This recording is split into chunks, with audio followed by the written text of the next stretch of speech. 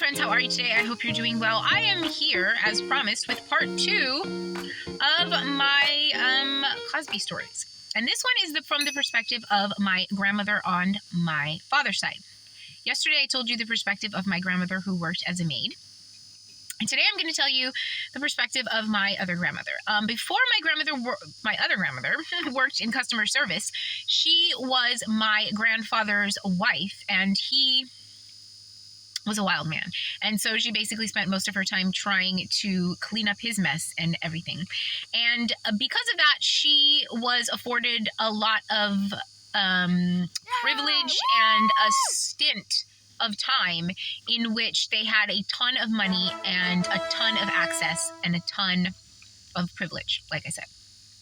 And during that time, that is when they made their way from Chicago, Illinois to Las Vegas, Nevada, because my grandfather really loved to gamble.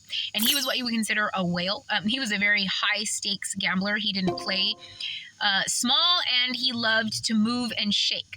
And because of this, he was considered to be a VIP in the Las Vegas casinos. And they actually lived in a couple of the casinos for many months before they found the house that I grew up in for many years. And while they did that, they were able to get backstage and hang out with some celebrities. My grandmother loves to tell the story of when they met Michael Jackson. He loved her daughter's glasses. They were these like 70s style butterfly glasses. They looked kind of like a butterfly, and then they had rhinestones on the tips, and he loved them, and she gave him her glasses, and my grandmother said he was so moved, like he was so touched, like he got choked up by it, and he didn't want to take them, but she insisted, and he was just so gracious and so appreciative, and he sat there for the rest of the time that they were talking to him with the glasses on. So they had the rest of the conversation with him, and he's wearing these butterfly glasses with his sparkle on it, and I think that's a really cute story. And another story she used to tell is about Bill Cosby. She met him, and he hung out with the kids and did a little show. Like the kids, her kids, my dad and his sister, got to be in a show or some kind of skit with him in one of his Vegas shows. And she had a completely different opinion of Bill Cosby. She thought he was brilliant. She thought he was so sweet, so kind, such a family man. The interaction with him she had, his wife was present a couple of the times, and she said he couldn't be more gracious and more funny and wonderful with the kids.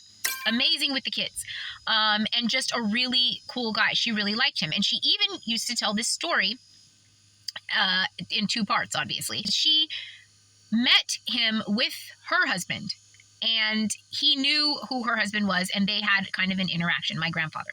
And she said that my grandfather told him that one day he saw my grandfather with a bunch of women, because my grandfather was a Lothario and he had a ton of women with him. And after that incident, when he saw my grandfather with a bunch of women, he never was able to interact with my grandfather the same way again. He never even looked at him or talked to him ever again. And my grandmother always thought that he was such a noble guy, that Bill Cosby was disgusted by my grandfather for being a cheater, and didn't want to even look at him, couldn't even look at him. Once she met my grandmother and heard the stories that she told about him, and heard the stories from her other co-workers, she realized that the reason Bill Cosby wasn't able to look at my grandfather after he saw him with the other women was likely because he was jealous. He was jealous because my grandfather was able to get a bunch of women just based on his looks and his charm. Now, my grandfather also had money, but it wasn't the type of money that like Bill Cosby would have. And he didn't have the fame, he didn't have the influence, but he was able to land multiple very, very unbelievably attractive women. And the thing with most Hollywood men is that they are sometimes attractive, sometimes they're unbelievably attractive, and that's it. And sometimes they're moderately attractive, but a lot of times they're just unbelievably talented. And sometimes they're not even that charming socially. They're just unbelievably talented, and they're really hard workers, and they're determined, and they have ambition, and they're willing to sacrifice, and blah, blah, blah. And those guys end up being a little bit strange, especially when it comes to sexual proclivity. once they get into this ultra privileged world of Hollywood. There's a lot of perverts, there's a lot of creeps. And so when you are that type of olive, if you are pressed even ever so slightly, you will produce an oil that is sometimes sour, if I can put it as poetically as possible. And Bill Cosby is not alone. I think a lot of actors, I've had interactions with more than one, and they do have a very strange way about them, because there is a certain level of charm that they do possess, but it's not as authentic as a real guy. And a lot of times, because they are so coddled and so manipulated and they're told what to do so often, they develop very strange habits, not just sexually, but of other types, drugs and all other kinds of things. And then they are able to continue feeding into this negativity because they have yes men and women around them. And a lot of times their status gets people to act out of character around them as well.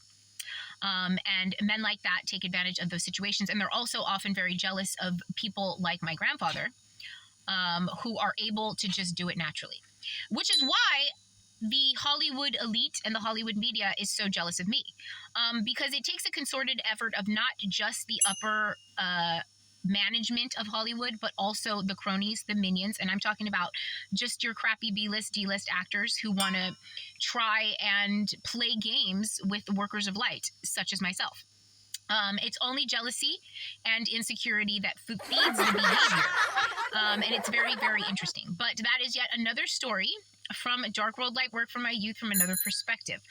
But it's very, very interesting, and it definitely pulls the veil back a little on the dark world, as I love to do here on the Dark World Lightwork Experience. Thank you for being here, and we will be back tomorrow with more tea. Love you, bye.